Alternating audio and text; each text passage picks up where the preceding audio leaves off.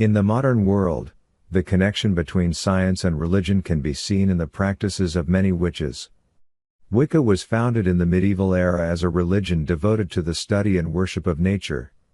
The modern use of this form of magic has been adopted and refined by the modern witch or wizard. Nature and magic go hand in hand. In fact, some would argue that no legitimate religion would be complete without the practices of the witches themselves. The three basic elements of nature are air, water, and land. Each of these elements possesses their own particular attributes with magic corresponding to the corresponding element. It should be noted that while most traditional witches think of nature as comprised of witches, nature can also include the sun, the moon, and stars. This includes the forces of nature as seen through spells. One of the key things to remember about nature and magic is that the relationship between the science of magic and the practice of witchcraft is a very loose one. Nature can help witches understand the forces of magic, but there is no guarantee that the use of spells will yield results. The study of nature is not relegated to the practice of witchcraft alone. Any student of magic, whether you consider yourself a witch or not, can benefit from the study of nature in their everyday life. In fact, the study of nature can even be a stepping stone to learning more advanced magical practices such as illusion casting, hexes and charms.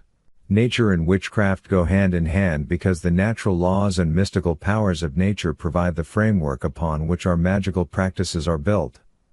This is why those who practice the ancient arts seek out to understand the natural forces which affect the natural world. The study of nature is the background for witchcraft, and the study of witchcraft is the foundation for natural witchcraft. It's not complicated at all. Both are mutually beneficial and mutually meaningful.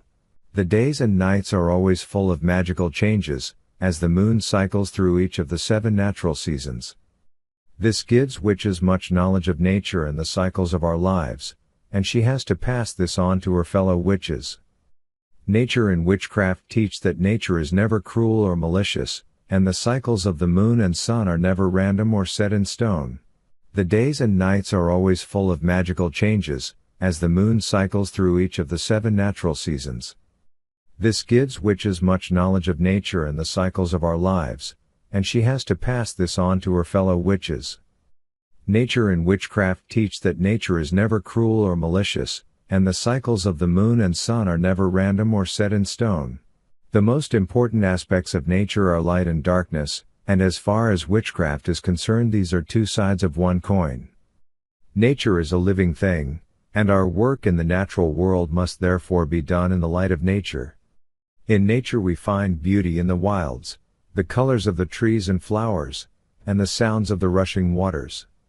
Nature and witchcraft do agree on one critical thing: if we work with the forces of nature, then we can create the world we want. I wish you well and merry part.